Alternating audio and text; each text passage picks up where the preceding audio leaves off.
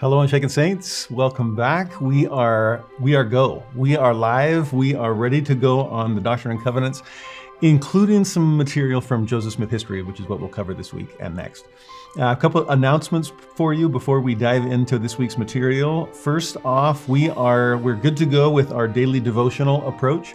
Now, I began that with the first week, and now that January 1st is officially behind us, those are up and posted, where each day there will be a briefer clip from the full material. I've gotten some great feedback from many of you who weighed in after that first episode, and many of you who are weighing in on the daily devotionals now that they have begun, saying that you're excited that you'll have something smaller and shorter to be able to dive into, and something that you can use at home or in church classes as kind of a plug-and-play lesson help. We teachers got to stick together. Okay, we parents got to stick together. We saints got to stick together. And so I hope that some of that increased accessibility and ease will be a blessing to you. I also wanted to let you know, especially for the rising generation, I just added a TikTok channel. And I feel so Gen Z even just saying that. But I added a TikTok channel. It's called Unshaken Saints. For you who have younger children or grandchildren, or you young adults yourselves, dive into that, check it out. And it is the shorter form, the daily devotional approach, where you can get a little bit of positivity and gospel light in your feed. I hope that that's a blessing to you. Now, speaking of blessings, one of the ultimate blessings was the ushering in of this final dispensation, as begun in 1820 in a grove that became sacred in that moment. Today, we are studying the first vision in Joseph Smith history. Just 26 verses is all we have, and yet they are so deserving of our focused attention. When I taught this 4 years ago, we spent a long time on this material. Now, we're going to be a little bit shorter this time, and we have 7 topics to get us through our 7 days this week. I'll even give you a preview of what those 7 will be. We're going to be talking about abusing the mind, presenting, promoting, or proving, a mixed faith family, encouraging curiosity, darkness and light, opposition and persecution, and continuing commitment to the things we've come to know. Those are the 7 topics that we'll study this week, and I hope they'll be meaningful. There's so much material, so much relevance and application in the experience of Joseph Smith, especially for young people. The fact he was 14 when he has the first vision, 17 when the angel Moroni appears, 21 when he actually unearths the Book of Mormon and begins work on it. These are formative years, and to see in Joseph Smith an example worth following, or someone at least who understands what young people are going through, I hope the material this week and next will be a great blessing. Now, one other thing to say that will bless you, I promise. Last summer, I was privileged to go to Palmyra and participate in an incredible outdoor concert put on by the incredible people at Millennial Choirs and Orchestras. If you're unfamiliar with MCO, Millennial Choirs and Orchestras, you're missing out. This is one of the most amazing musical groups that I've ever seen or heard in my life. And yes, you're seeing and you're hearing. It is spectacular, as in a spectacle to behold. Brett and Brandon Stewart are the geniuses behind it all. To call them musicians, I think, is insufficient for what they do. Yes, they play music and they sing and they conduct and they arrange and they compose. But more than musicians, these brothers are visionaries, and they have groups around the country of children choirs, teenager choirs, adult choirs, orchestras, you name it, that come together in some of the most amazing venues in America, performing incredible music. Well, last summer, they all gathered in Boston for a concert there, and then made the trek from across New England to come to Palmyra to perform an outdoor concert that unfortunately got rained out right in the middle of it all. It was crazy, but it was an incredible experience to be there. And I got to speak a little. It was kind of music and the spoken word. I gave about half of the mini talks that I had prepared before the deluge, but the music was absolutely breathtaking. And there is a video of one of the songs on YouTube. It will be the best 12 and a half minutes you could spend today. So go to YouTube and search for The Vision by Millennial Choirs and Orchestras. It was filmed in a farmer's field just behind the sacred grove, as close to sanctity as you can get and film. And weaving together some text from James 1:5, along with Joseph Smith's first prayer from the hymnal, it's as epic as the event that it's singing about.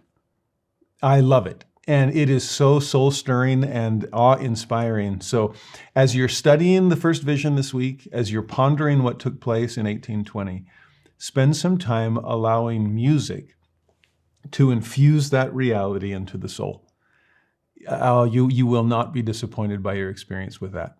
So do that before you study today, okay? Or perhaps afterwards. Now, with that in mind, with that background, let's dive into Joseph Smith history and see what Joseph is giving us in this account. The first thing we need to wrestle with is what I called at the beginning, mind abuse. Sadly, in our day, there are those who face physical abuse, sexual abuse, emotional abuse, mental abuse, but it's that mental that I want to talk about because that's what's motivating Joseph to write this record. As many of you know, there are several accounts of the first vision. The one that we're going to be studying today is the 1838 account that we have canonized in the Pearl of Great Price.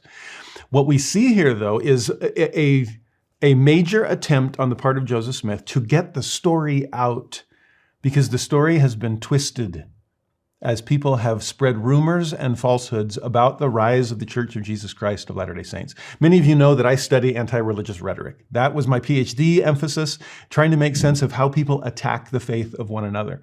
And mental abuse is a pretty good way to describe it. There's so much leverage of rhetoric to try to convince people not to believe. And typically a rise in anti-religious rhetoric accompanies a rise in the religion that's being attacked. There's not a whole lot of anti-Shakerism right now, since there's only 2 living Shakers left. But in the 1800s, there was all kinds of anti-Shakerism because Shakerism was on the rise. Well, Joseph Smith's movement, what people considered that anyway, actually, the Church of Jesus Christ, was on the ascent in the 1830s. And yet opposition was increasing as a result. 1838, the Saints are being driven out of Missouri under threat of extermination. Joseph ends the year in Liberty Jail, no liberty for him. And it's during that time period, facing so much opposition, that he wants to set the record straight. And so he has this history recorded. Notice the way he puts it in the very first verse of what we now have canonized in Scripture. Owing to the many reports which have been put in circulation by evil-disposed and designing persons. And yes, that's what he was up against. He's been facing them for the last decade plus. But to see what the saints are trying to get through, evil-disposed and designing persons, there's a design out to get them. There is a disposition that is evil-inspired, trying to take down the rise of the Church of Jesus Christ of Latter-day Saints in any possible way. Notice how he puts it. These reports that are in relation to the rise and progress of the Church of Jesus Christ of Latter-day Saints, all of which have been designed by the authors thereof to militate against its character as a church and its progress in the world. Militate, strong word there. We don't want people to think this as a church. Let's try to remove that characteristic and try to make it into some kind of thinly veiled theocracy that is out for world domination. Oh, that's going to get people up in arms. Or some kind of get-rich-quick scheme. It did start with tales of a gold Bible after all. Is that all that Joseph Smith is after? Well, no. This is a church. And yes, it is progressing in the world. But that's what people are alarmed about. With all that as motivation, Joseph says, I have been induced to write this history. And notice the way he describes its purpose: to disabuse the public mind and put all inquirers after truth in possession of the facts, as they have transpired, in relation both to myself and the church, so far as I have such facts in my possession. Now, the second half of that is very straightforward. If you're lacking information on this church, you've just heard rumors circulating. Well, if you're an honest inquirer, if you're a seeker of truth, here are the facts as they've transcribed, or as transpired. These are the things that have actually happened.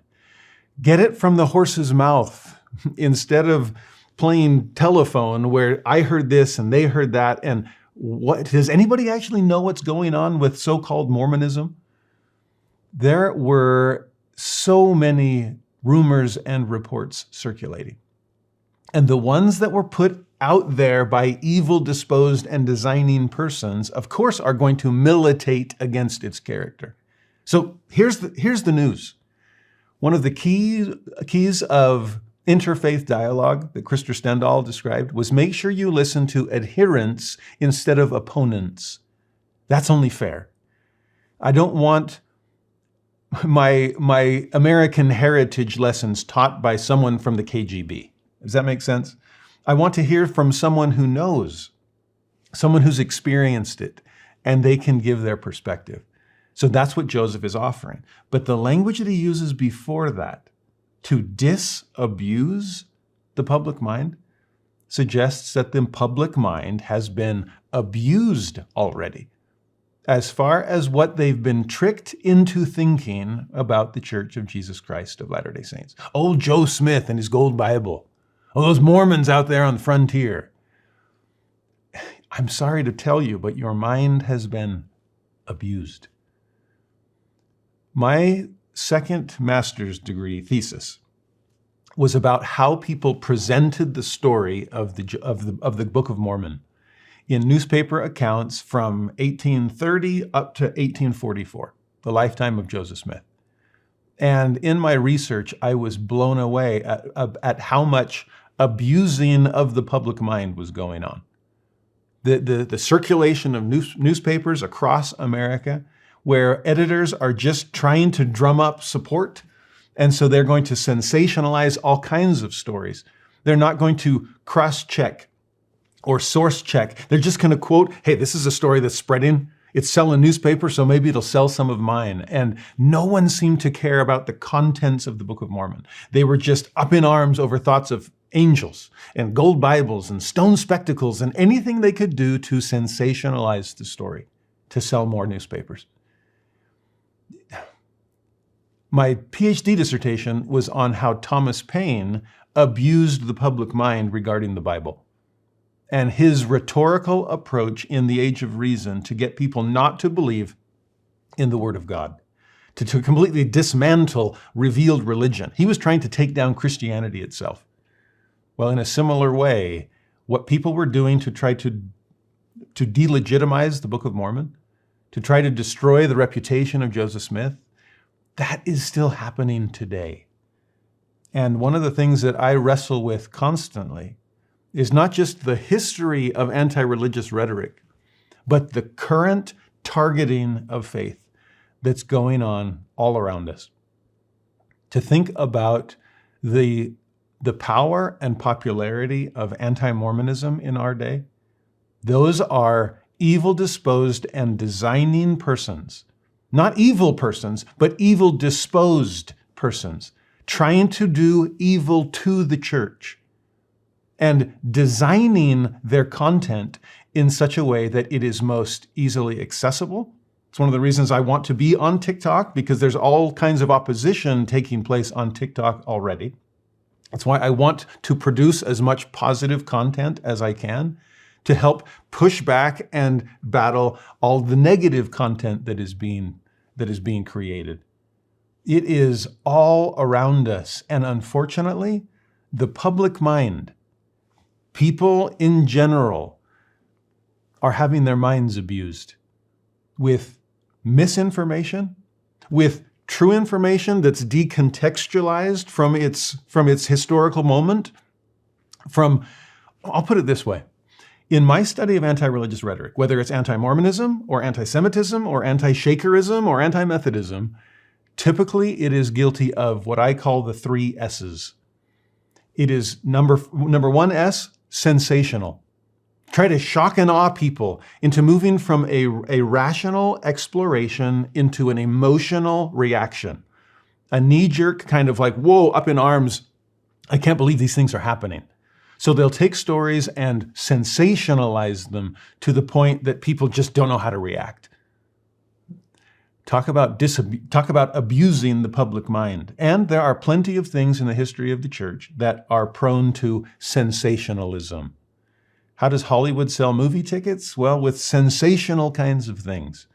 And whether it's sex or violence, whether it's greed and money and corruption and so on, those are the kinds of things that get people up in arms emotionally.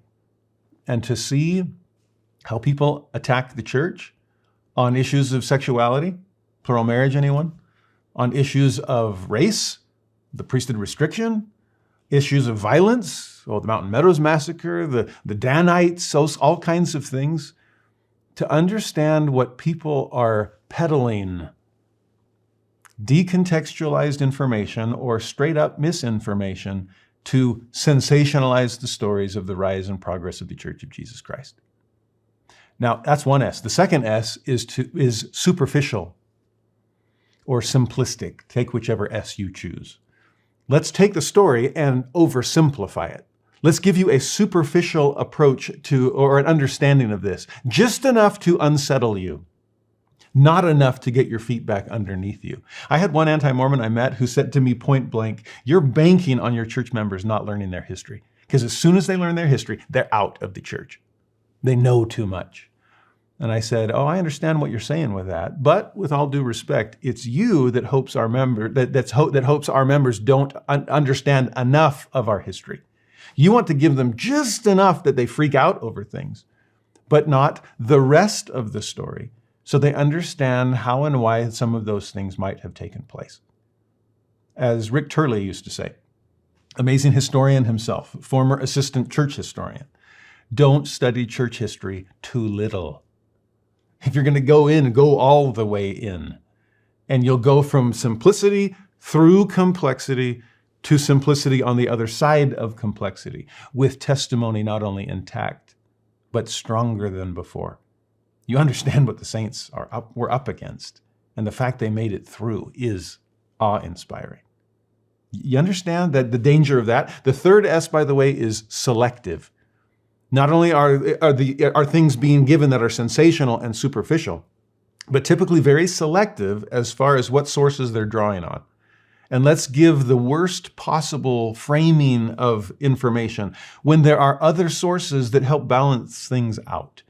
This is the court case where the lawyers for the prosecution are the only ones permitted to speak, and no cross-examination, no pushback or defense witnesses allowed from the lawyers for the defense.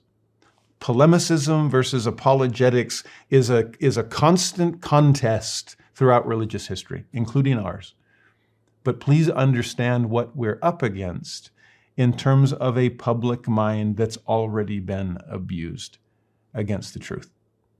We have to be able to push through the sensationalism, the superficiality, and the selective nature of so much of what is produced. Now, I can predict already what some people may be raising as far as a concern. Because there are those that say, you keep calling this anti-Mormonism. It's not. It's just straight up Mormonism.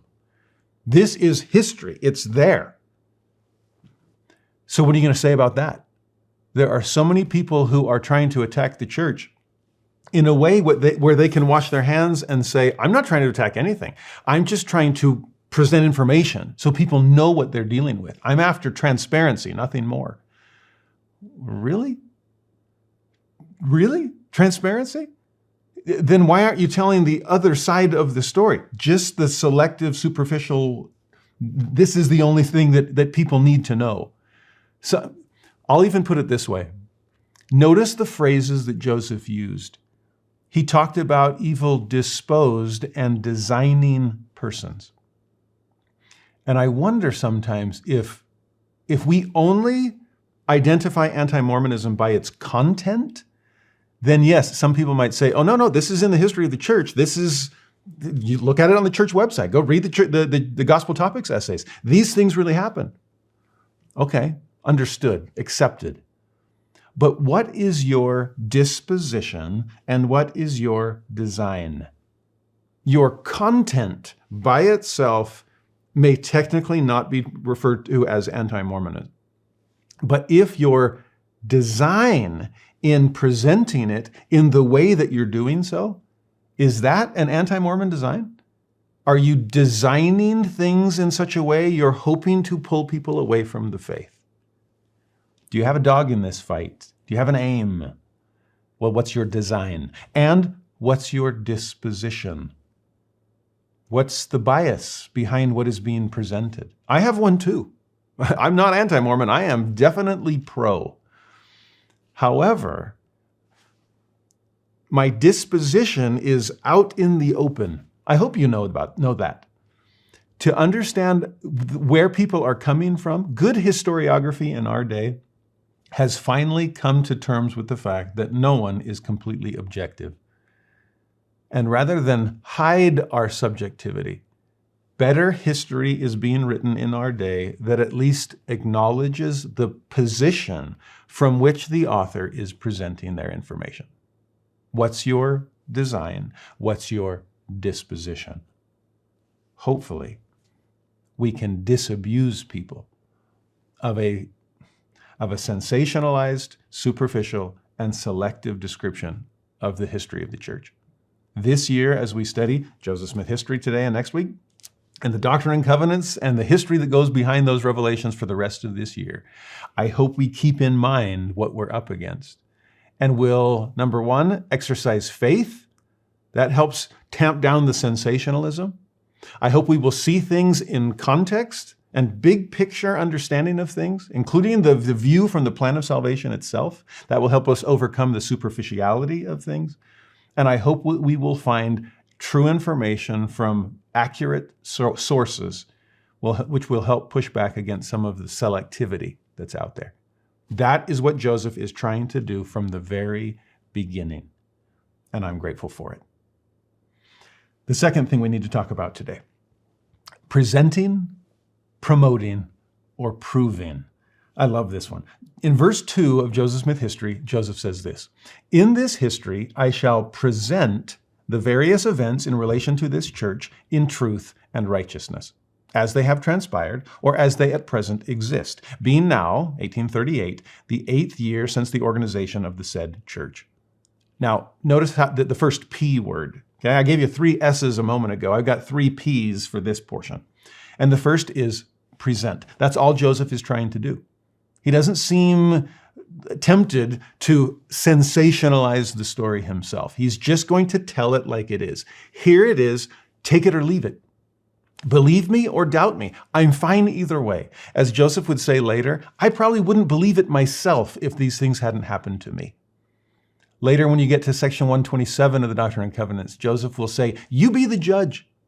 I'm content to leave it in your hands. You might think me good, you might think me evil. I'm just going to present my story and let the chips fall where they may.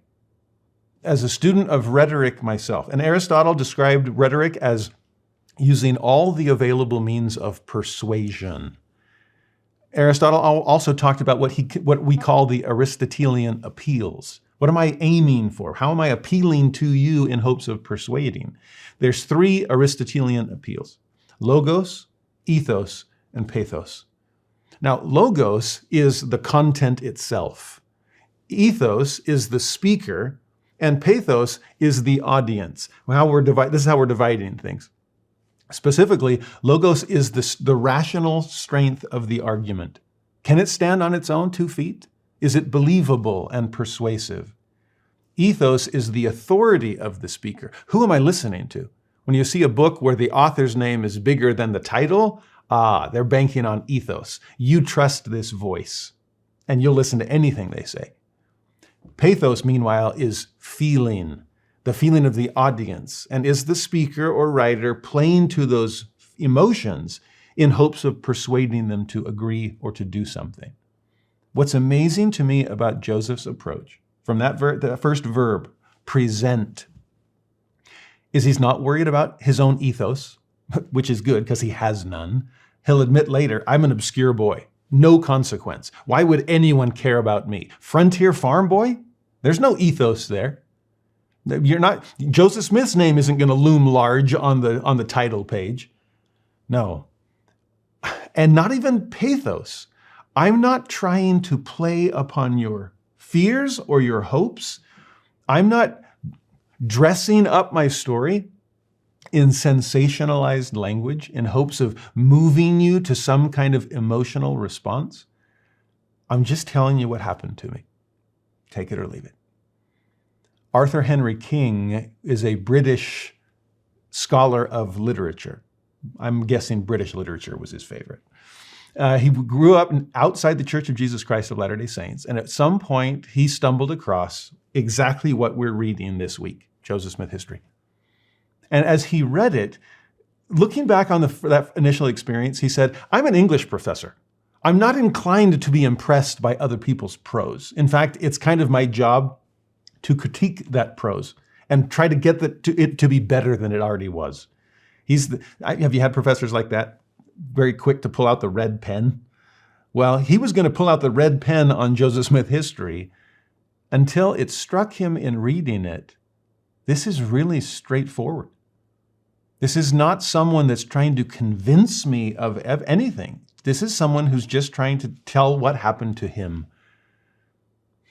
And as a result, Dr. King realized it feels or seems like he is telling the truth. There's no way to historically corroborate the story. But as far as this man's experience, in some ways he underplays it. He's not trying to appeal to my emotion. There's not a lot of pathos in Joseph Smith History. And there's no ethos here. So what are we left with? Logos. That's the Greek word, by the way, in John chapter 1, verse 1. In the beginning was the Word. And the Word was God, and the Word was with God. In the beginning was the Logos, the argument, the truth. And God presents it, and you can take Jesus or leave him. That's Logos. And what Joseph is giving us here is a presentation of what took place. It's amazing. Now, compare that to a few other P's. Verse 6, as he's describing the revivalism of the time period, the respective clergy who were active in getting up and, here's the P word, promoting this extraordinary scene of religious feeling. Then he goes on that the seemingly good feelings of both the priests and the converts were more pretended than real. Oh, there's another P. Think about what's going on in revivalism. And revival, again, this is second great awakening in American religious history. This is the burned over district in western upstate New York. They are trying to get up religious feeling. They're aiming at emotion. Not sure about the Logos yet, and you might not know the big names of the revival preachers, so forget ethos, but pathos, oh, we're aiming. We have this thing we call the anxious bench, where if we see anybody that's starting to look a little anxious as I'm drumming up hellfire and brimstone kind of emotional fears, oh, somebody's starting to sweat. Someone's starting to get a little nervous. Let's bring them forward in front of everyone. Sit them there on the anxious bench so I can start preaching more directly to you. The kind of sermons like Sinners in the Hands of an Angry God from a century earlier. Another period of revivalism from Jonathan Edwards. Well, if I can get you anxious and everyone's singing at you and praying about you and yelling for you, then you're going to see people that are slain in the spirit and they're collapsing in these kinds of spiritual ecstasies that will hopefully reduce them to hell and then bring them up to heaven. That, Joseph Smith himself said, I'd go to these revivals. I wanted to get religion. That was his phrase. But it didn't work for me. The sensationalism, the over-emotionalism, it didn't move me toward a spiritual experience. It seemed like it was purely an emotional one. And so that was one of his concerns, and he's not going to fall prey to it himself. I am here to present, not to promote. And honestly, my friends, I worry sometimes that we as Latter-day Saints might be trying too hard to promote things instead of simply presenting things. if we are looking for emotional tear jerkers in fast and testimony meeting, if we're trying to come up with faith promoting rumors and sensationalized stories and in hopes of moving someone emotionally, there's an interesting crossover, a Venn diagram between spirit and emotion. God does speak to the heart. We'll see this. But if it's only shallow emotionalism instead of deep spirituality, if we're just trying to move, I remember one Seminary Institute administrator saying, I worry sometimes as teachers, do we put too much trust in the arm of flash? Did you catch it? Not the arm of flesh. We might do that too. But the arm of flash. I've got to shock and awe people into an emotional reaction to something in hopes it will help them build faith. That's not really faith. That's emotionalism. And so to present with passion, of course. Present with conviction. But allow the Spirit to convert instead of emotionalism to try to convince, because that will be a shallow conviction, if it's conviction at all. You understand what I'm trying to explain here? Now, you might be tempted to overswing the pendulum and do something else. If over-emotionalism strikes you as something that you need to avoid, be careful about overcorrecting instead of correcting, because the opposite has an opposite problem. And there's another P for this. Verse 9. Joseph is still describing the revivalism that's going on, the competition between denominations, especially the Presbyterians and the Baptists and the Methodists. Those were the three fastest growing denominations in America at the time. But he says in verse 9 that each denomination used all the powers of both reason and sophistry to prove their errors. The errors of their opponents, that is. Or at least to make the people think they were in error. Oh, interesting difference.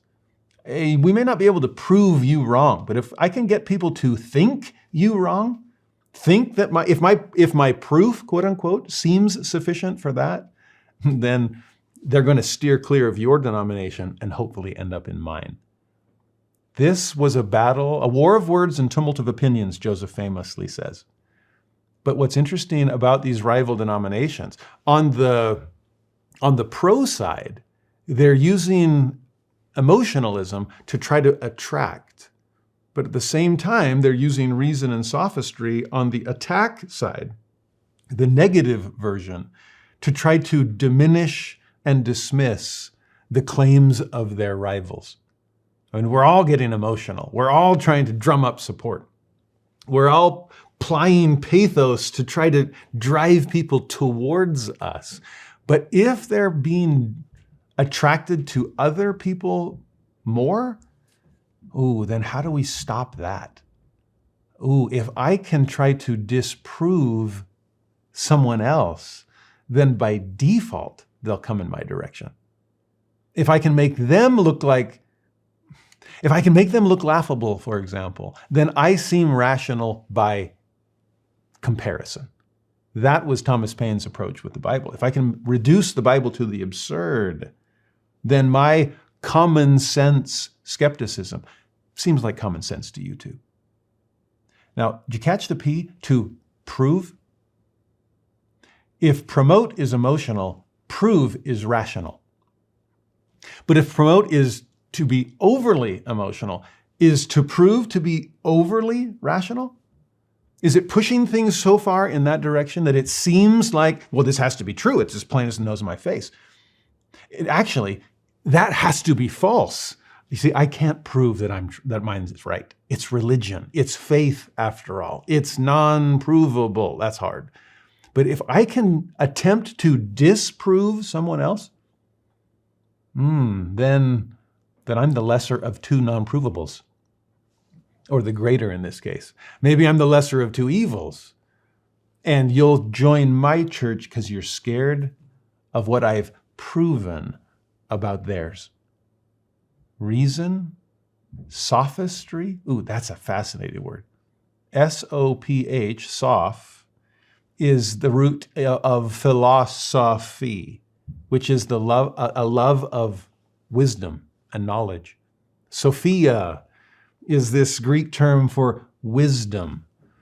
And so, but sophistry, there's some connotation there that we're using what we're trying to present as wisdom in a way that's trying to trick you into agreeing with us rationally. I'm aiming at the mind, or at least I'm claiming to. There's probably some emotionalism under there too. Thomas Paine was a master of that. But again, if I'm trying to scare you away from my rivals by claiming that all reason resides with me, then yes, my reason and sophistry is pulling you in my direction. Sophisticated is another word that comes from that same root. And I want to appear more sophisticated than my rivals. There's another word that you're probably familiar with soph as the root, and that's sophomore, your second year of study. And the interesting thing about being a sophomore, to us there's no negative baggage there, but sophomoric is an adjective that does have negative connotation. And sophomoric, the irony of your sophomore year is you're still an underclassman, but at least you're not a freshman anymore. I know way more than those guys. My clueless freshman. You finally have someone to look down on, but not by much. You're barely ahead of them. Wait till your junior year where you're starting to take some upper division classes. Wait till your senior year where you're ready to graduate. Wait till grad school where you're actually mastering the material. Sophomore? There's an overconfidence, but an understanding of the material. That's the definition of a sophomore. No offense to you sophomores out there. But if it's reason and sophistry that is being applied, beware. Those are easy ways to abuse the public mind. The Lord speaks to the mind and the heart.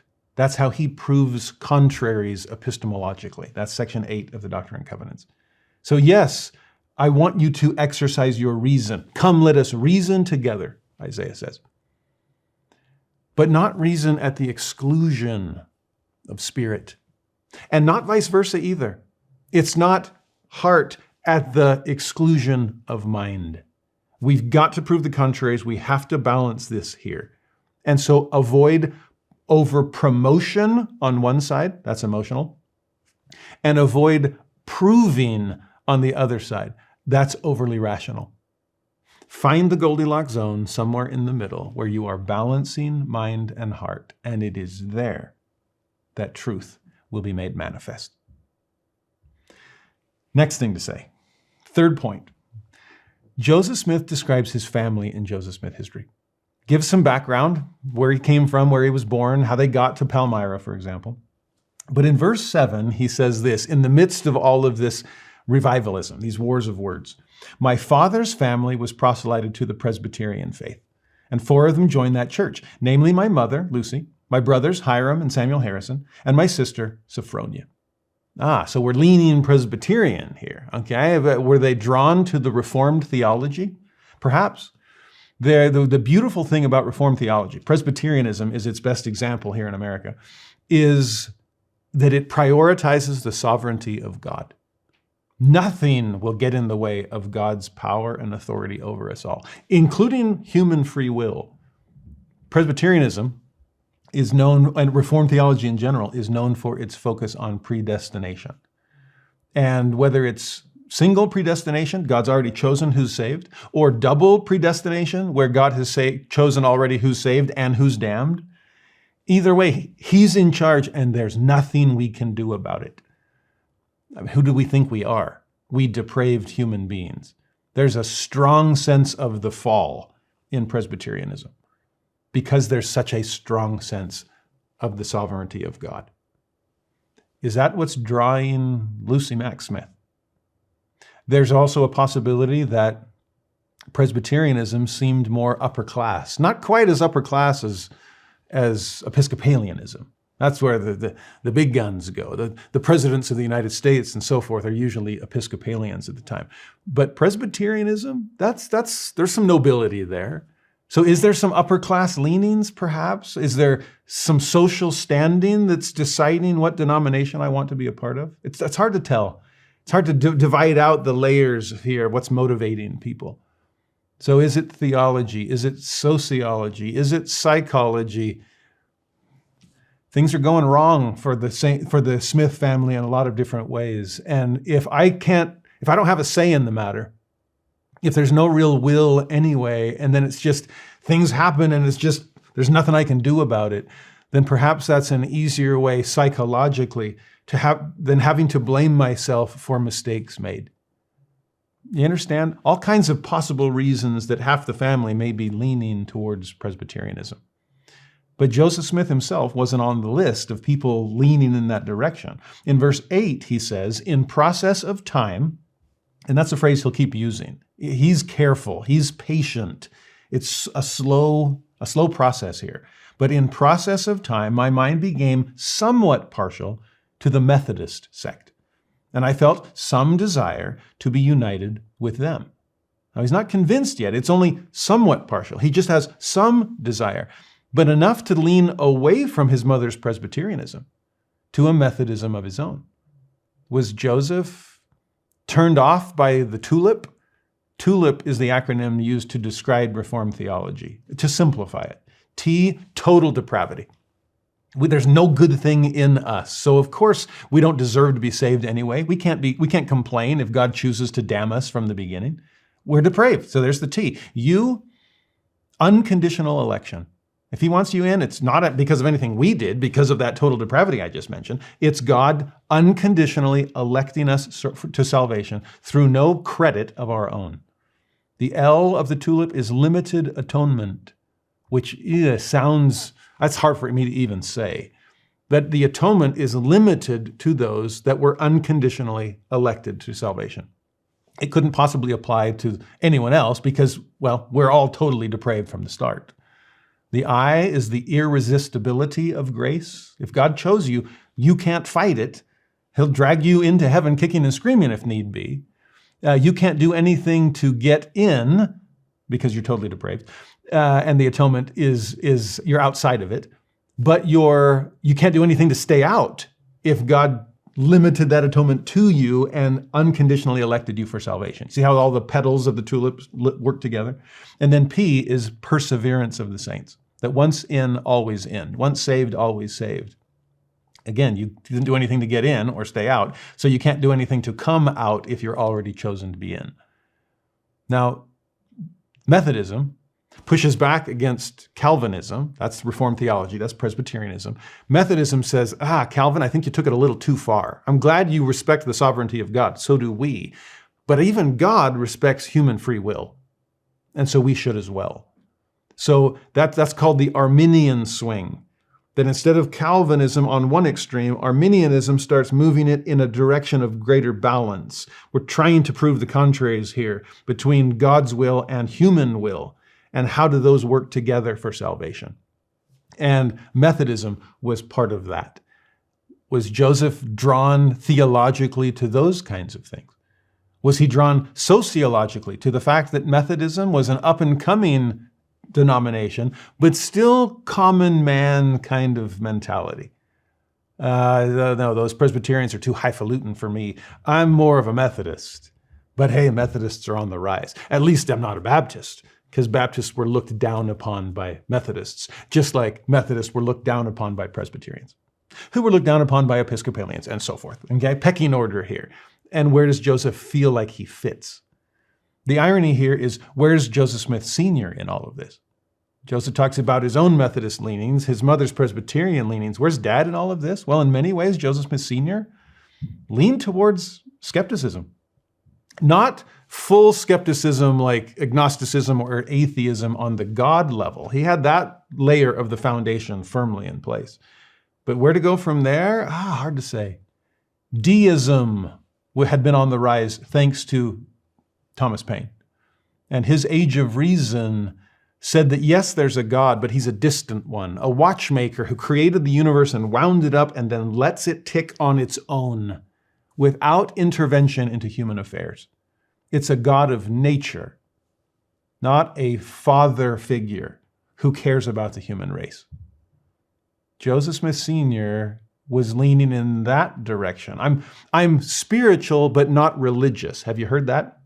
Father Smith would have been a patron saint for that.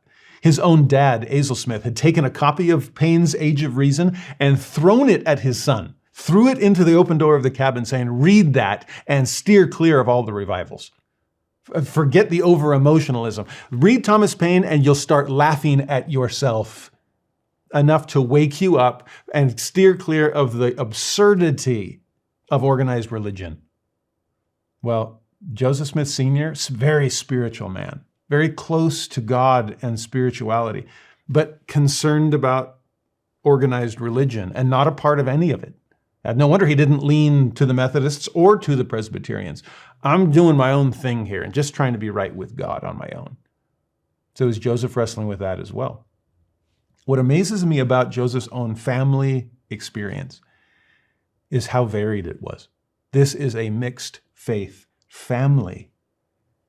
And many of you find yourself in the same circumstance. Some entered a marriage, the same faith, but your spouse has left the church. And now you find yourselves in a mixed faith marriage. Some of you have, again, it's becoming a more prevalent situation for many of us, where we have, that's the interesting thing about Latter-day Saints. There's all kinds of mixed faith marriages out there when a Baptist marries a Presbyterian. No big deal. To see a Methodist go among so many Protestant denominations, it's more of an ecclesiastical difference rather than a theological one. Like, how's church organized? I still believe the same generic Christianity. So going from Methodist to Baptist or to Presbyterian and Episcopalian, they do church a little bit differently, but no big deal. So mixed faith marriages are very common. Mixed faith families are common, but less so for Latter-day Saints. It's not just what we believe, it's who we are. It's our culture, it's our tribe, so to speak. But for us, when someone leaves that, man, it feels like they've left not just the faith, but left the family. And we're often up in arms, and there's dividing lines, and there's untalkable topics at Thanksgiving and Christmas dinner. My hope is that we wrestle with this reality with Joseph Smith's own help, that he knows what it's like to be part of the mixed faith family. And what amazes me is they were okay with it. Mom's leaning Presbyterian, and I'm leaning Methodist. That's okay.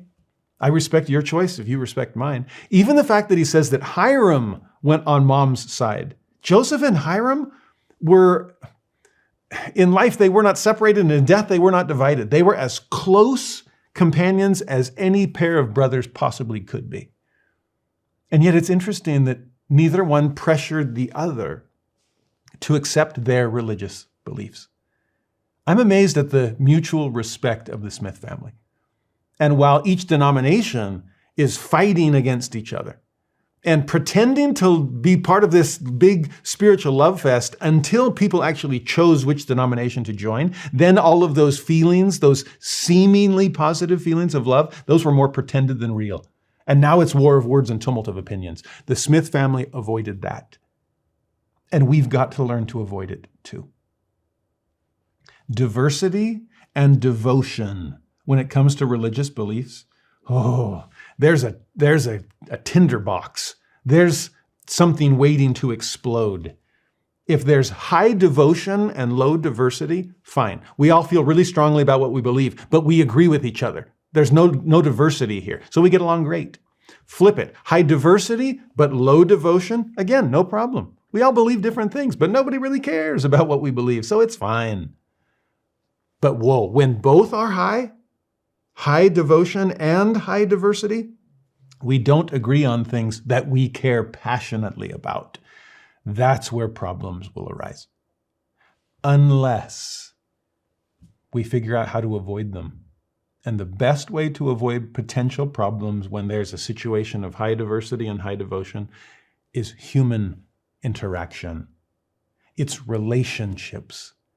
It's sitting around the table at Thanksgiving and Christmas. It's understanding where one another is coming from. It's being willing to listen with open ears and an open heart and open mind to understand where the other person is coming from, without a desire to guilt or shame people into acquiescence, without a desire to promote or prove, simply an opportunity to present and let them present in return. We have to get better at that as Latter-day Saints. In our communities, in our wards, in our families, especially as people may choose to lean in a different direction. A different denominational direction, Methodist versus Presbyterian, Latter-day Saint versus any other church, or in a more skeptical direction, like Joseph Smith Sr. had been leaning in. I don't know what I believe anymore, Mom and Dad. Can you at least respect that I'm on a journey and I'm trying to make sense of things? I'm searching for truth. You at least taught me to do that.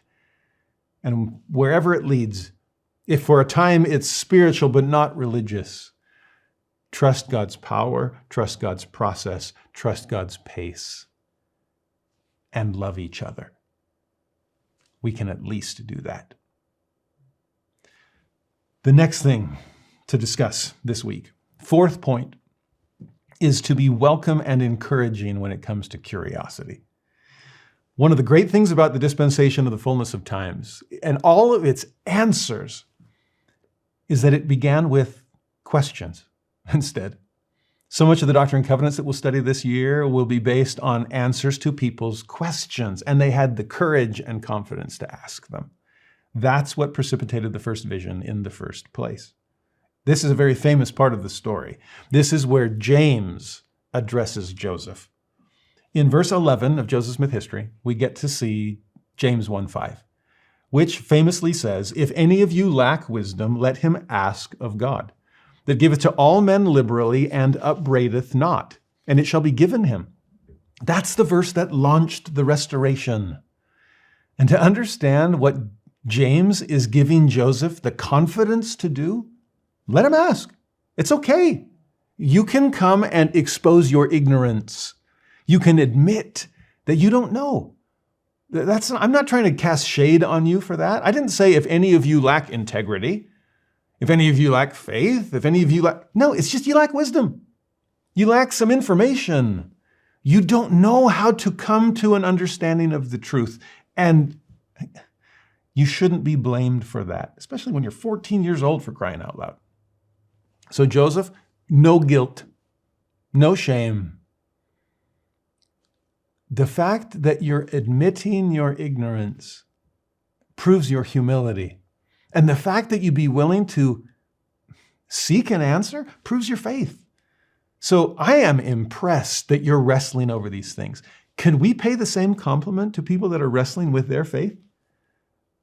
People that are questioning and struggling, and I can't bear my testimony because I don't know. I don't know if I can go on a mission and bear witness of things that I'm not fully converted to myself. Can we honor that? And instead of saying you lack character or you lack effort, you just lack wisdom. And that's described us all at some point.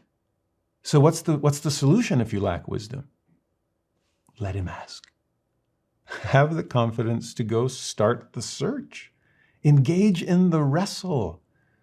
There's faith that's motivating you because you believe there are answers that can come.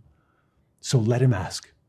In fact, how can I be sufficiently reassuring to you that you might actually do it? Well, how does James do it?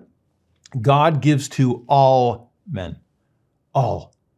He's no respecter of persons. There's not just some select group that he has foreordained or predestined to get to know things. No, all men, all women, every child of God has a parent in heaven that wants to connect with them. In fact, he will give to all men liberally. In certain circles of the church, liberal seems almost like a four-letter word. But God's a liberal when it comes to giving answers to our prayers. He wants to answer us liberally. And then perhaps the most important phrase for young Joseph, and upbraideth not. He's not going to chew you out. He's not going to look down on you like, what, you idiot? You don't know that? How could you possibly question? I raised you better than that. No, God will not upbraid. Oh, you're wrestling, huh? I'm impressed that you'd have the integrity and the intellectual honesty to admit that there's certain things you don't know or that you don't yet believe. That's okay. I honor that honesty in you. I respect the wrestle that you're engaging in. In fact, I'm impressed by it. Good things ahead. Honestly, one of the best gifts I can give people that come to talk with me about their issues of faith is just that kind of confidence and respect. I'm not here to upbraid you. When people come in, they're almost concerned about how they'll be judged. They often start the conversation with things like, no, I'm not in faith crisis, actually. And I'm like, it's okay if you are. Or they'll say, no, I'm not an atheist. I just have some questions about church history. I'm like, if you are an atheist, that's okay too. Brutal honesty is what I'm in for, is what I hope for. And so all the respect in the world that you'd even come to talk about these things at all. No upbraiding from me. Now, notice how Joseph responded to that vote of confidence from James. Verse 12, never did any passage of Scripture come with more power to the heart of man than this did at this time to mine. It seemed to enter with great force into every feeling of my heart. I reflected on it again and again, knowing that if any person needed wisdom from God, I did. For how to act, I did not know. Unless I could get more wisdom than I then had, I would never know. For the teachers of religion of the different sects understood the same passages of Scripture so differently as to destroy all confidence in settling the question by an appeal to the Bible. Now, I love Joseph's description of his reaction. It's a powerful, powerful verse. Notice, by the way, that it involves both the mind and the heart. He's proving contraries here. It's not all mind to the point of reason and sophistry. It's not all heart to the point of promoting and getting up some kind of religious feeling. No, this is revelation taking place. God speaking to the mind and the heart, because that verse struck him in the heart like nothing else ever had. And then he found himself reflecting upon it again and again. There's power in the feeling, but then there's ongoing thinking that follows. And when those two body parts are firing on all cylinders, when I keep thinking about something and it is accompanied by a powerful spiritual feeling that I'm onto something here, or reverse the order, I feel something really strong and I'm just trying to make sense of what the message is it's trying to convey. And the more I think, it begins to give words to the feelings that initiated things. So powerful. This is what Joseph is coming away with. I can do this. I think James is right. And I have all the confidence in the world to move forward. Actually, move backwards might be more accurate. Back to the actual source. Growing up in a Protestant environment, he thought the Bible was the ultimate and original source. Bible, that's Protestant sola scriptura, right? The Bible only. That's what's going to give us faith in Jesus Christ. That's all we need. We separated from Catholicism, so we don't have claims on Catholic priesthood. And if that makes you nervous, we're going to have to come up with a priesthood of all believers. And what will the source be? The Bible alone. That's enough authority for me. Well, for Joseph, that wasn't enough, because people who claimed belief in the same Bible came up with different interpretations of it. This is etched in stone on the wall of the Lincoln Memorial, words from his second inaugural address, that North and South pray to the same God and read the same Bible. Why can't they come to the same conclusion about what it says? How can the Bible be a pro-slavery text to the Southerners and a pro-abolition text to the Northerners? How is that possible? Well, it's possible because of human interpretation. And that frustrated Joseph Smith to no end. I go to church with Mom, and the preacher quotes the Bible and seems to have a biblical leg to stand on. But then I go to the revival meetings with the Methodists, and they quote the same Bible, sometimes the same verses, but they interpret it in a totally different way. And what happened as a result? My confidence went up in smoke. My confidence not in the Bible per se, but in people's interpretations of it, because I've come to realize finally that the Bible is not a self-interpreting text. The divine word of God still has to pass through human minds and human mouths as people try to make sense of it. Skeptics like Thomas Paine called the Bible a wax nose that could be twisted and pulled in any direction. That was part of the problem. Catholicism complained about that and called it the embarrassment of Protestantism, that Martin Luther was naive to think that the Bible was a standalone, self-interpreting text that everyone would see the same things in. One of Joseph Smith's contemporaries, Alexander Campbell, had the same sense, the same overconfidence that if we just got back to the Bible itself, there would be no denominations. We'd just be biblical Christians, nothing more. That didn't work either. Even Campbell's group became a new denomination, the Disciples of Christ. So what do we do? For Joseph, it was go back further. That's what James says. James, in the Bible, points beyond the Bible to the Bible source. So ask God. Do it directly. Eliminate the middleman, even when those men are prophets and apostles of God. Ooh, I don't know about that, James. Can I go directly to the capital S source of all truth? Especially if Jonathan Edwards was right and he's an angry God, looking down with loathing at all of us sinners? I don't know, but he said he wouldn't upbraid. He said he'd give liberally. Well, look at verse 13. At length, so this is gradual for Joseph, I came to the conclusion that I must either remain in darkness and confusion, or else I must do as James directs. That is, ask of God. Those are my two options, and I can't think of a third. Which path do I prefer to take? Ignorance, or admitting my ignorance and having the confidence to go talk to God? Well, he wrestled with that for a while because, again, he repeats the phrase, I at length came to the determination to ask of God, concluding that if, and it's a big if in his time period especially, if God really does give wisdom to them that lacked wisdom, if he really would give liberally and not upbraid, then I might venture. Interesting word. It's an adventure, all right, to put yourself in the hands of the living God. How will he respond? Is he willing to talk to mere mortals? Is the condescension strong enough that he'll descend even to the level of little old me? Do I believe in a God who speaks? Well, I'll risk it. I'm going to give it a shot, the best shot I can. Many people I've met who struggle in their faith complain the church is not welcoming questions. It's not a welcoming place. I can't raise my hand in gospel doctrine and ask the question I really want to ask. And a lot of you gospel doctrine teachers are relieved that they feel that way. Like, I don't know how to answer it anyway.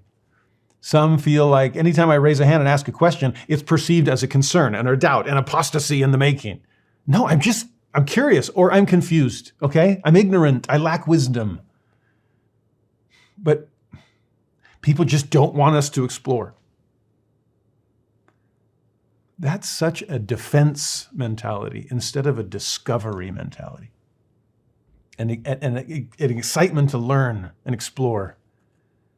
To have confidence in the process, to have confidence in God and the plan and the gospel itself. So go ahead and ask.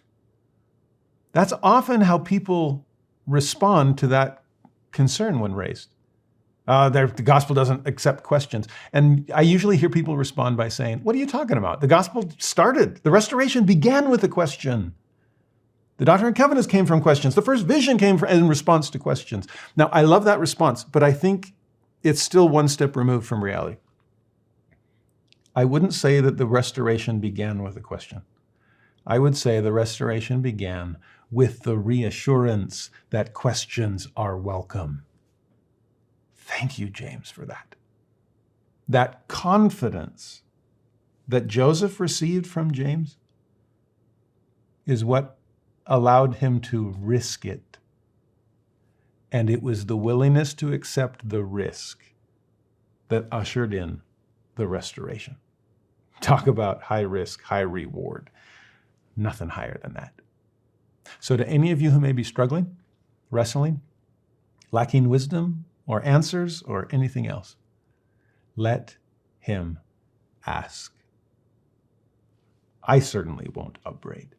Best of all, God won't either. With that confidence, where does Joseph go from there? The fifth point I want to make this week is about darkness and light. Joseph Smith is going to find himself enveloped in a pillar of light, but he has to get through the darkness on the way. It's like the light is the eye of the storm, but to enter the eye, you have to pass through the storm on the way. And in fact, even after the eye passes, there's the backside of the storm, and Satan's going to start, and he's going to continue after the fact. We see this throughout the history of the church. We see it throughout the story of the first vision. We see it in our own lived experience. But notice verse 15. I had scarcely done so. Done what? Well, ask of God. He got the confidence from James. He decides, I'm going to do this. I'm going to act on this determination. I go out to this grove behind my house. But I had scarcely done so when immediately I was seized upon by some power which entirely overcame me, and had such an astonishing influence over me as to bind my tongue so that I could not speak. Notice the words, power and influence. He's going to bring up those words again in section 121, saying that there is no power or influence that can or ought to be maintained in unrighteous ways. God will show you what real power is. The Spirit will introduce you to true influence. But the adversary exercises power and influence of his own, and Joseph is feeling it with an intensity he's never experienced before. He says, thick darkness gathered around me, and it seemed to me for a time as if I were doomed to sudden destruction. And that word is one we're going to need to grapple with. Satan in Scripture is sometimes referred to as the destroyer. And when we get to section 10 in a couple of weeks, we will see that destroy is the key verb to describe the adversary's game plan. Here he is trying to destroy Joseph Smith himself from the start, because his real aim is to destroy the restored gospel. If I can destroy the plan of God and the hope of Christ, then I win. And the war in heaven was just a brief setback. And I come roaring in the fourth quarter. Well, that's the adversary's plan. What's God's plan? Here's the darkness. Well, where's the light? Notice verse 16 and 17. At the very moment, this is the fourth watch. This is the fourth quarter. This is back against the end zone. How are we going to do this? The very moment when I was ready to sink into despair and abandon myself to destruction. There's that word again. Satan trying to destroy us and hoping that we will abandon the cause and just surrender to him. Wave the white flag as it's being engulfed in the darkness. Let go of the iron rod. Forget the tree of life. The mists of darkness have descended upon you, and they are suffocating your spirit. There's no way out from this. He's ready to sink into despair. But in that moment of great alarm, I saw a pillar of light exactly over my head. Notice the different directions here. Instead of sinking down in despair, he's looking up to the light. It's descending upon him. It's exactly over his head, and it is above the brightness of the sun. If it's brighter than the sun, you better believe it's brighter than the darkness. A pillar of light so pure and powerful, it can pierce through any mist of darkness. It is fruit that is white above all that is white, so it can shine to you. The fruit's the love of God, and it is the love of God being made manifest in Christ that is drawing you to him, to come what may regarding the darkness. The pillar of light descended gradually until it fell upon me. Sometimes it's slow. There's a process here. There's patience and faith required on our part. But the light will come. It will descend. It will do it gradually until it falls. But notice this, it no sooner appeared. Maybe it hasn't even descended all the way. It hasn't enveloped me yet, but it's there on the distant horizon. It no sooner appeared than I found myself delivered from the enemy which held me bound. I may not yet be fully bathed in the light, but the moment I see it in the distance, the darkness dissipates. The despair alleviates. The destruction has been held at bay.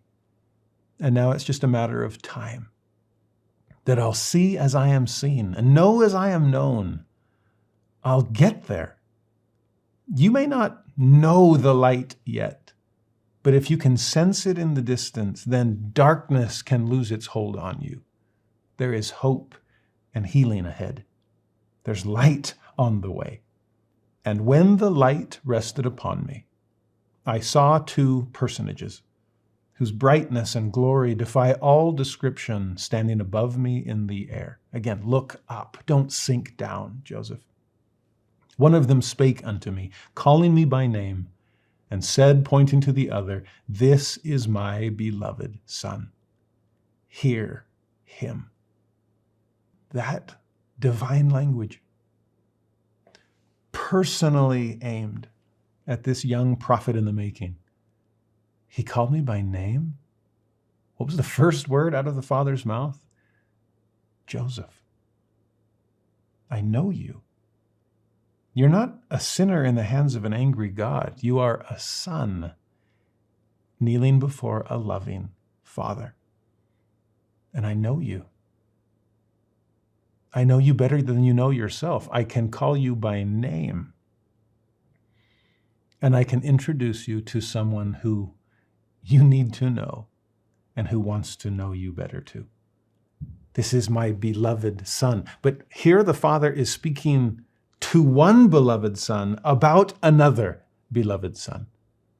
There is a connection to Christ that the Father is trying to initiate for young Joseph. And how will it come? By hearing him. Listen. Hearken, as the Doctrine and Covenants says in its opening word. There is something incredibly powerful about what is taking place in this moment. To understand what Joseph has been up against, to see the darkness that he has endured on his way to a brilliant flood of light. It's worth the wrestle, my friends. If you still find yourself encompassed about, if you find yourself in moments of great alarm, then hold out hope. The light will come. If you're suffering through a Friday of crucifixion, there's a Sunday of Easter resurrection on its way. If you're battling doubt and despair, may this experience from Joseph Smith reassure you that it's only a matter of time before the light comes. And darkness cannot stand up to the presence of light. The heavens have opened and God has spoken again. The book of Mark ends with an interesting verb. He's been saving this verb for 16 chapters. Has it described 15 by now? At the end of Mark, it describes what happened to the veil of the temple when Christ's body was broken on the cross. The veil was broken too, or as Mark says, it was torn apart. There's a strong verb, schizo in Greek, like schizophrenic, a tearing of the mind into two different or multiple personalities. A schism, a deep divide. It's not just a parting of the veil. It's a tearing it apart, never to come back together again. It's a rip from top to bottom. But that's a verb that Mark has been saving from the very first chapter, because he used it then and then refused to use it again until the very end. It's the verb that bookends Jesus. And in Mark chapter 1, when does he use it? When Jesus is baptized and the heavens are opened, as the King James says, so the Father can say to the Son, "This is my beloved Son." But King James, oh, did you suck out the strength of that verb? The heavens didn't open. The heavens were torn apart so that God could speak of his Son. The heavens parted, were ripped asunder because God wanted to bear witness of Jesus. The same thing happened in the Sacred Grove on a beautiful, clear day in 1820. And there have been so many beautiful, clear days ever since, because the heavens are open and light shines and darkness dissipates. And nothing can close heaven except us closing our ears. So again, with God, may I call you, allow the Spirit to call you by name, but may I call you collectively to hear him. Here's the challenge, though. Even after darkness disappears, Satan simply retreats, regroups, and reattempts the offensive. It's the eye of the storm, yes, but there was storm ahead and there is storm behind. Satan tries to stop things, nip them in the bud. Well, he tries to stop them from even starting, but if they have begun, boy, does he try to nip them in the bud. And that's exactly what happens to Joseph Smith as well. Opposition and persecution follow the first vision. Just like darkness and impending destruction came before. The kind of opposition and persecution are intense. And as you read these verses, as you try to teach them to one another, notice the repetition of what Joseph was up against. I mean, he's stirred up a hornet's nest. He's poked the bear, and the adversary is up in arms over the light that came to dissipate the darkness. In verse 20, opposition and persecution. In 22, prejudice, great persecution. Excite the public mind against me. Yeah, the public mind that had already been abused, right? Bitter persecution in 22. All united to persecute me in 22. Or in 23, a spirit of the most bitter persecution and reviling. How many times does Joseph have to say it before it dawns on us what he's up against? In 27, which is just outside of this week's material, it says severe persecution at the hands of all classes of men, both religious and irreligious. Interesting combination. It's one thing both believers and skeptics can agree on, that we don't want Joseph Smith to tell tales like this. For the skeptics, that's way too much belief. Belief in a God who speaks, a God who appears, that the heavens are open? No, we can't have that.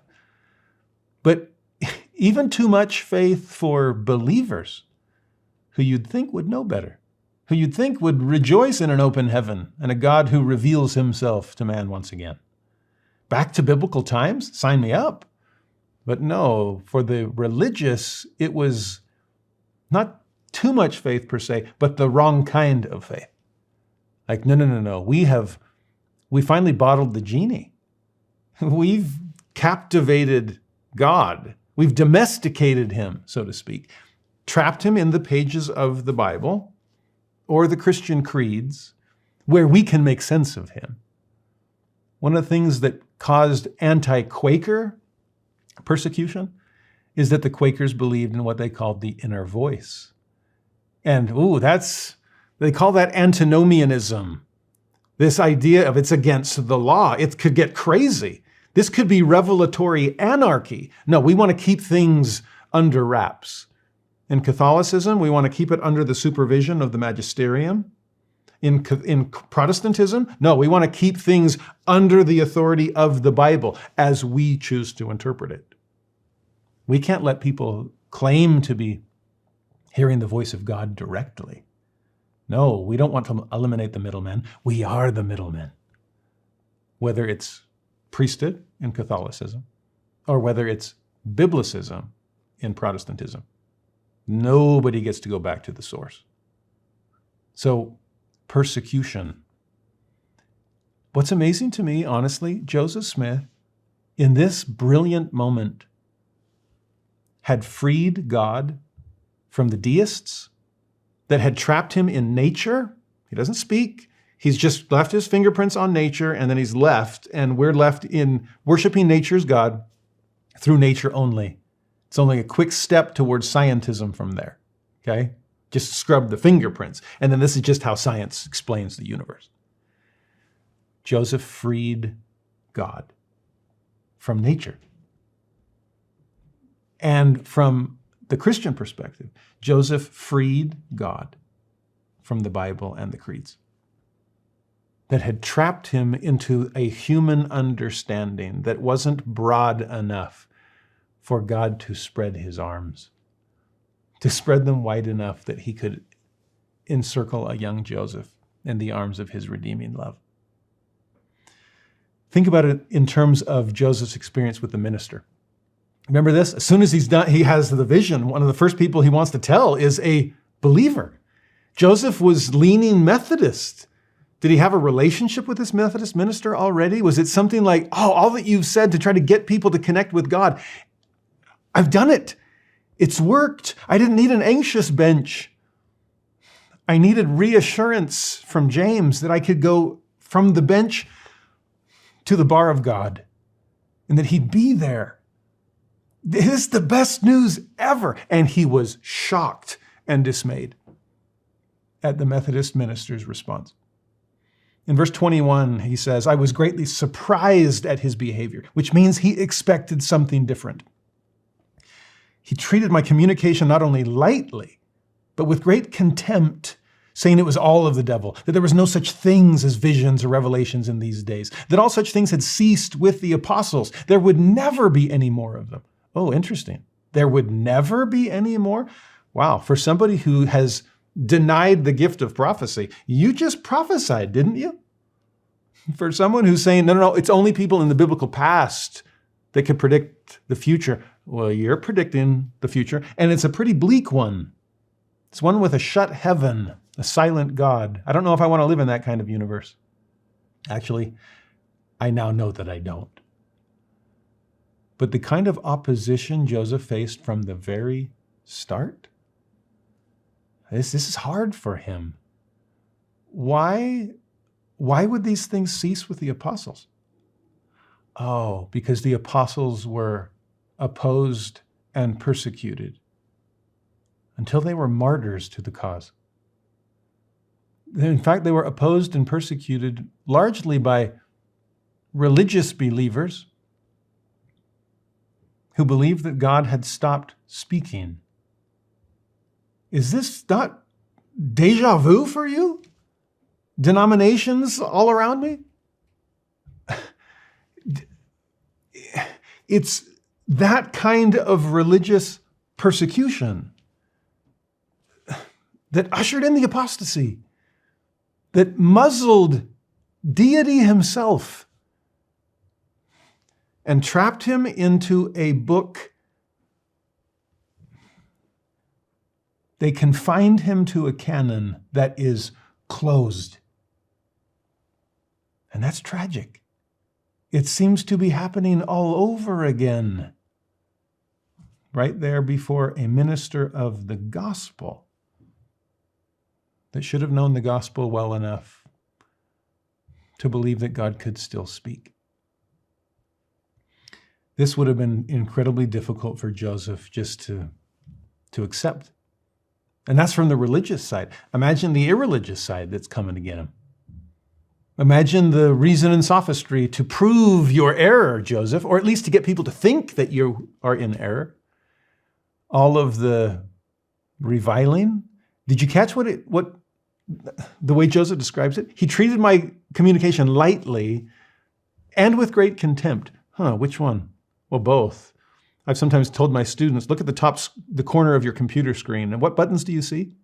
A minimize button next to a maximize button, next to a close it all down button. That's typically the approach people take. They will either diminish you and delegitimize you, there's the minimize button, or they will maximize the perceived threat that you must be. There's the maximize button. Either way, we're just trying to close this whole thing down. The minimize button is treat it lightly. Laugh about it, dismiss it. It's no big deal. It's not worth your time. Don't even open the door when the missionaries knock. On the flip side, the maximize button, let's treat it with great contempt. Let's be up in arms. What is Joseph trying to do? Take over the world with this theocracy? Which one is it? A joke that's beneath us? Or a cause for great concern? So often it is mockery on one side and martyrdom on the other. And Satan doesn't care which one we fall to. We're outside the Goldilocks zone.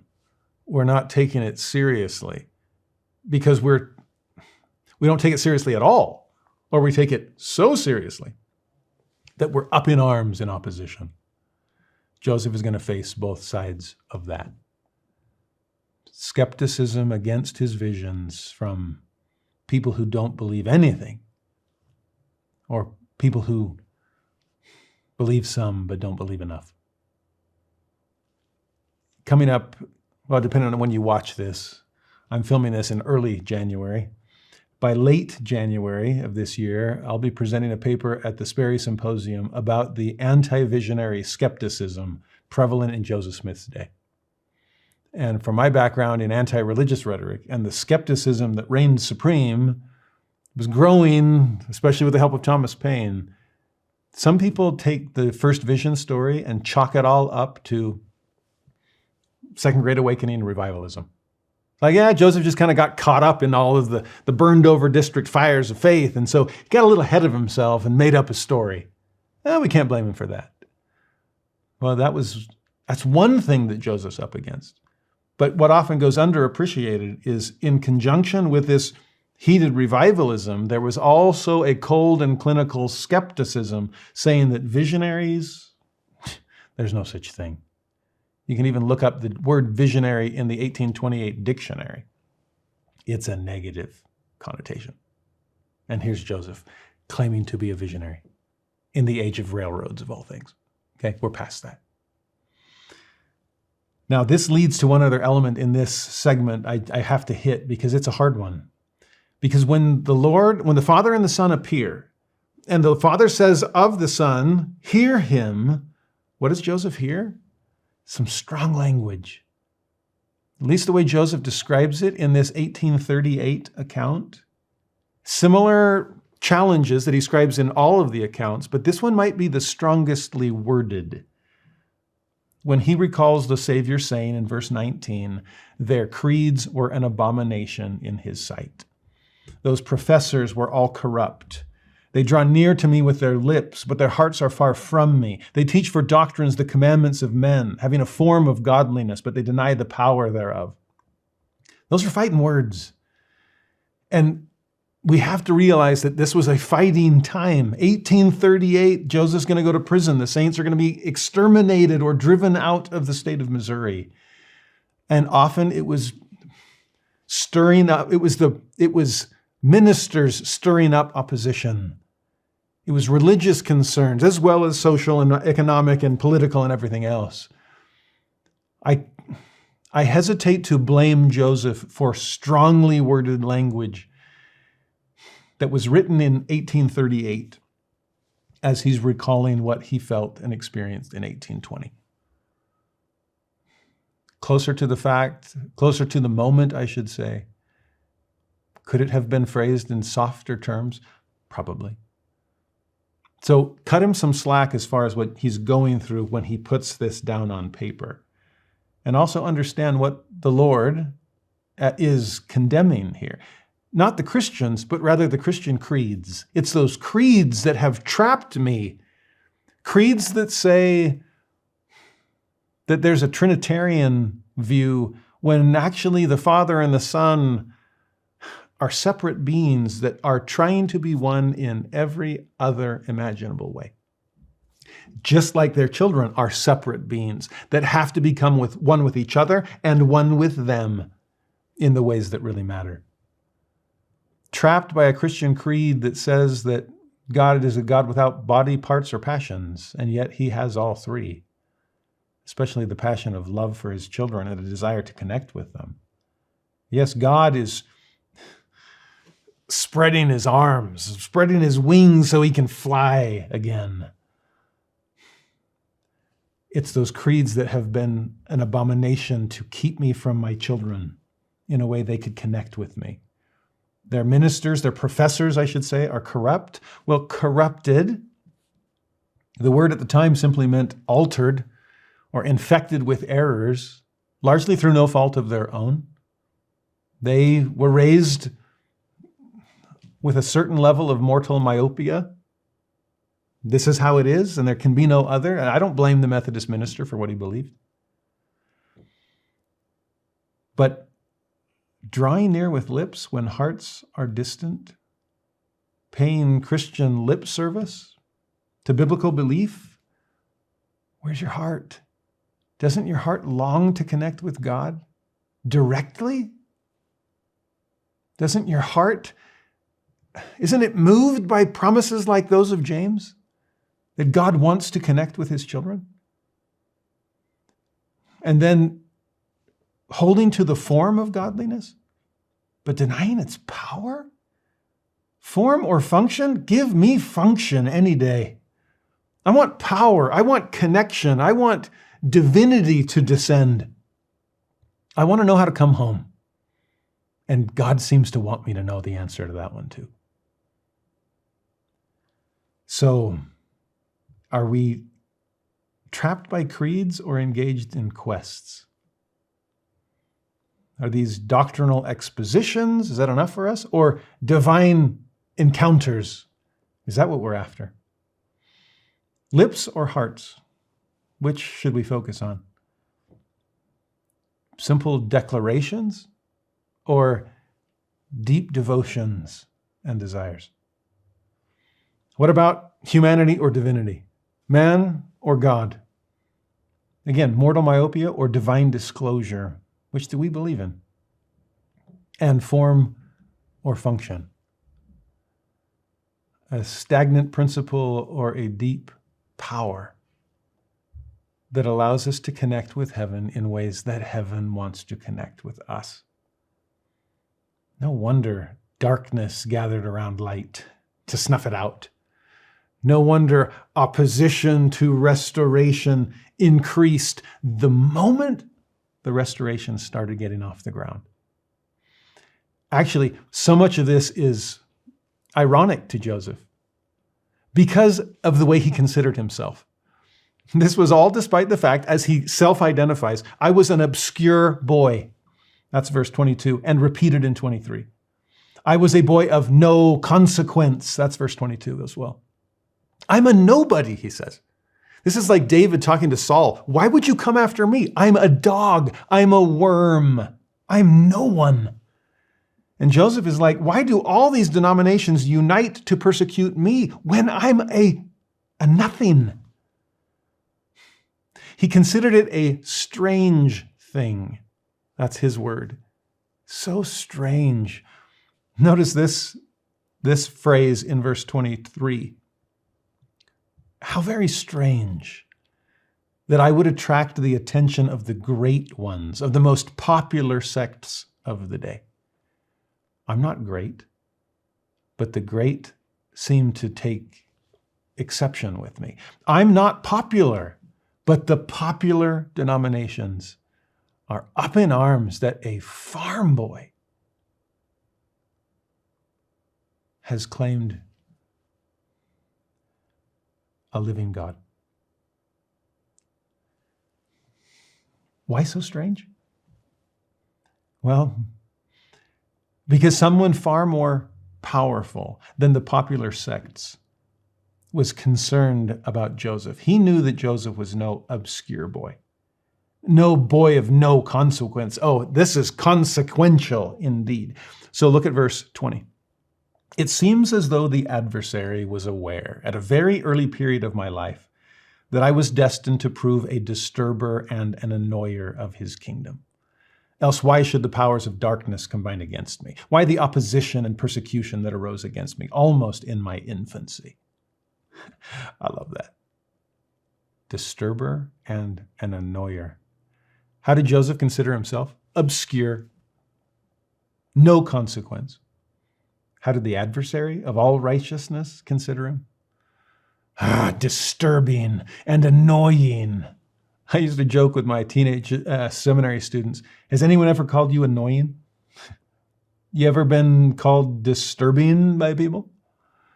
Take it as a compliment. Well, do it. It depends on who you're annoying, who you're disturbing, okay? Make sure you're annoying the right enemy, that you're disturbing the adversary's kingdom by building the kingdom of Christ. If any of you are feeling opposition, take it as a compliment. If you're feeling tempted to walk away from the light and go back into the darkness, please understand that the adversary must see something about you that alarms him. Well, keep alarming him. Keep annoying him. Keep disturbing him, because it means you're building the kingdom of God. Now, beyond that, opposition and persecution. Last point for this week. How do we respond when the opposition increases? What do we do in the face of skepticism or downright persecution? In Joseph's case, you stand firmer and taller and continue to affirm the reality of what you've experienced. You don't hide it. You certainly don't deny it, but you don't even zip your lip and just hope that I'll be forgotten and left alone.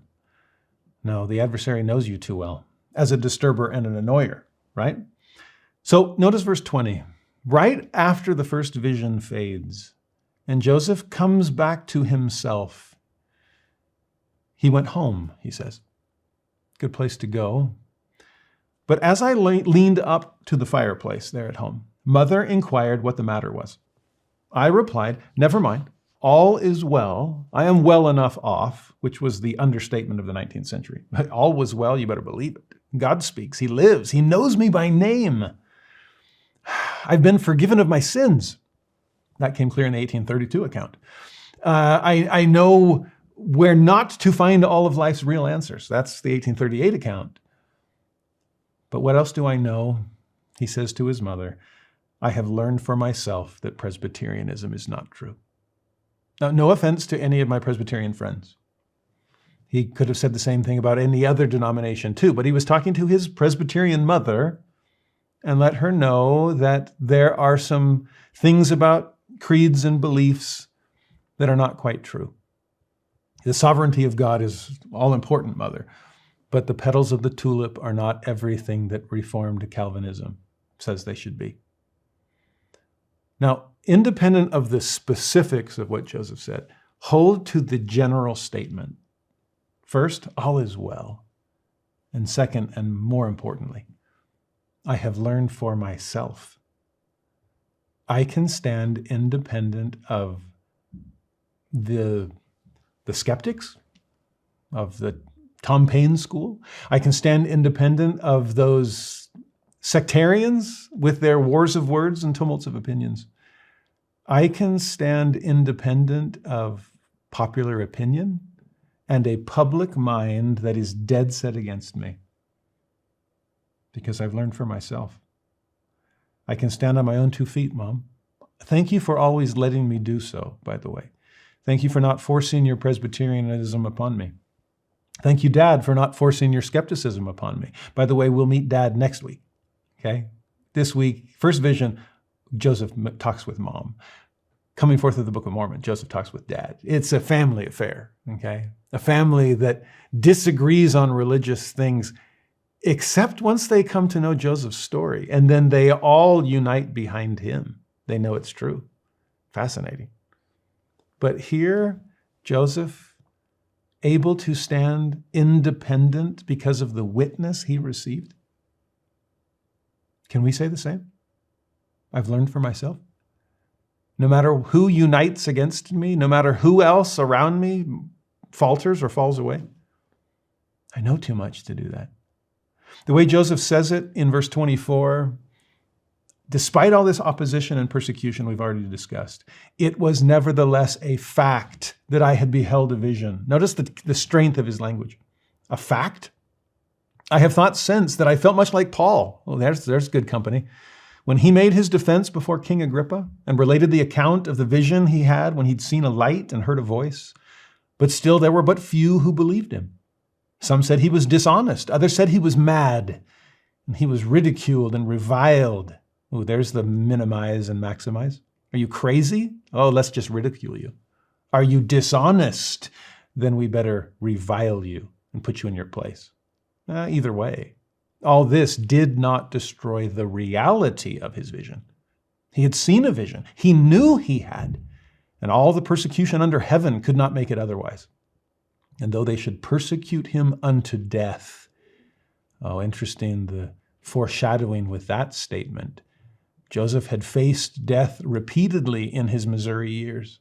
And so there by 1838, he knows what he's been through. He has an inkling of what he might yet face, and he's okay with it.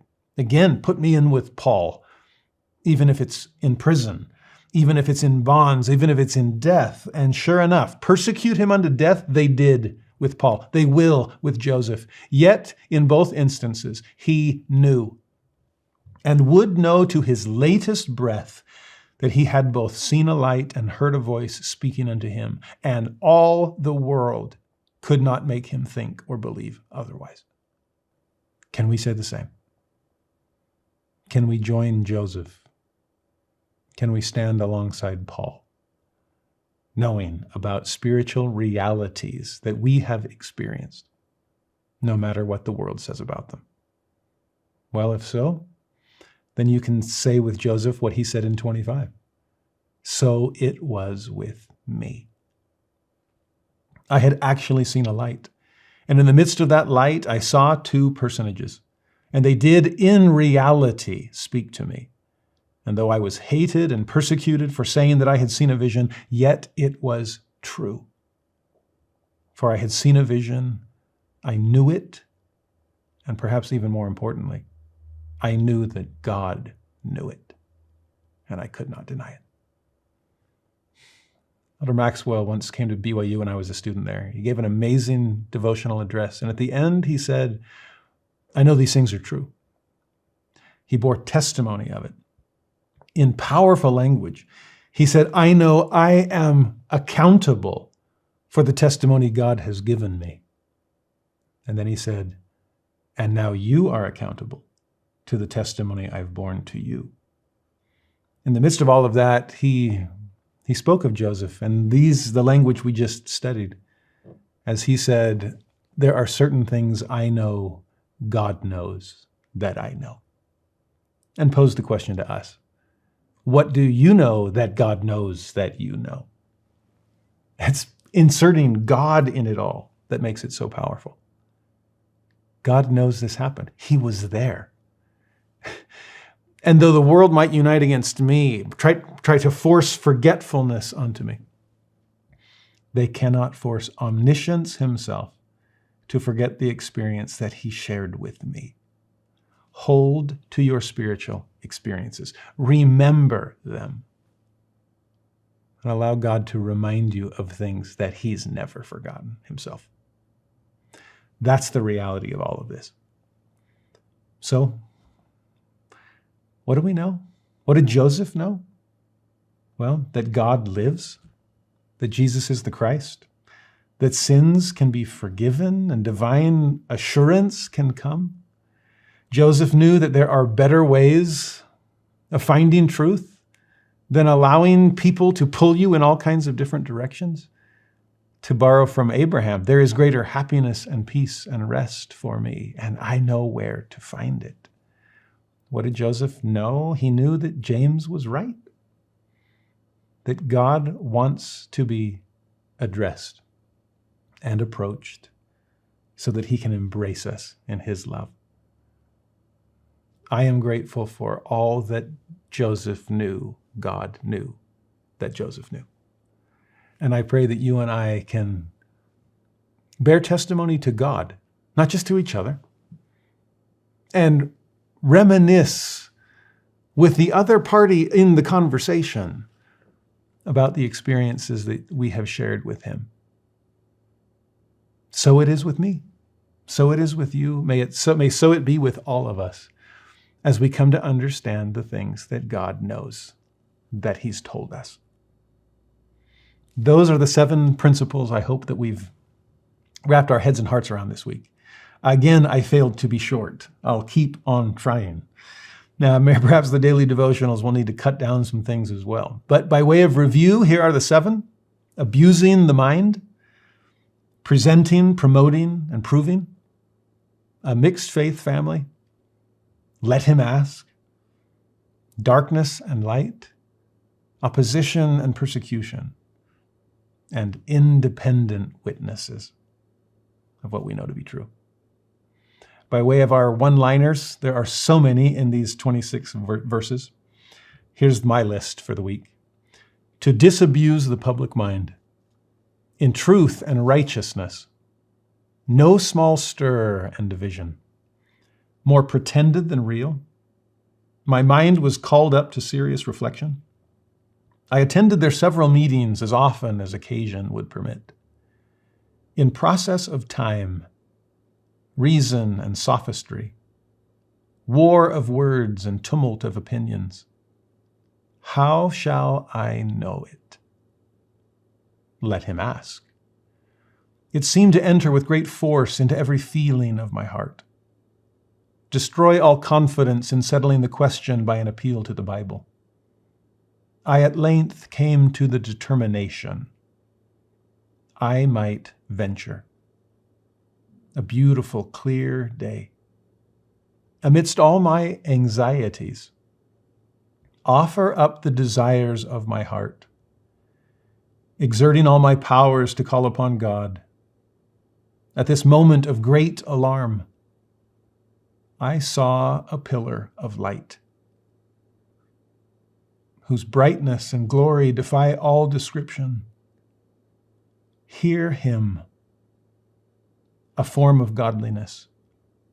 I have learned for myself, a disturber and an annoyer, not only lightly, but with great contempt. No such things. A boy of no consequence. How very strange. It was nevertheless a fact. All this did not destroy the reality of his vision.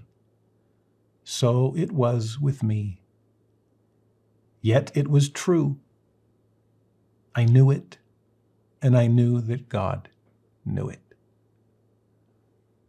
May we know, and may we act like we know. May we come to know, if that's where we happen to be. Wherever you are on the journey, head to the sacred grove and come to know God for yourself.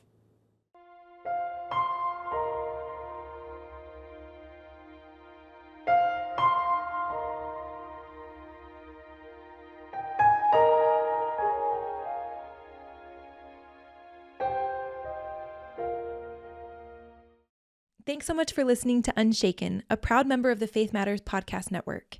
You can learn more about Faith Matters and check out our other shows at faithmatters.org.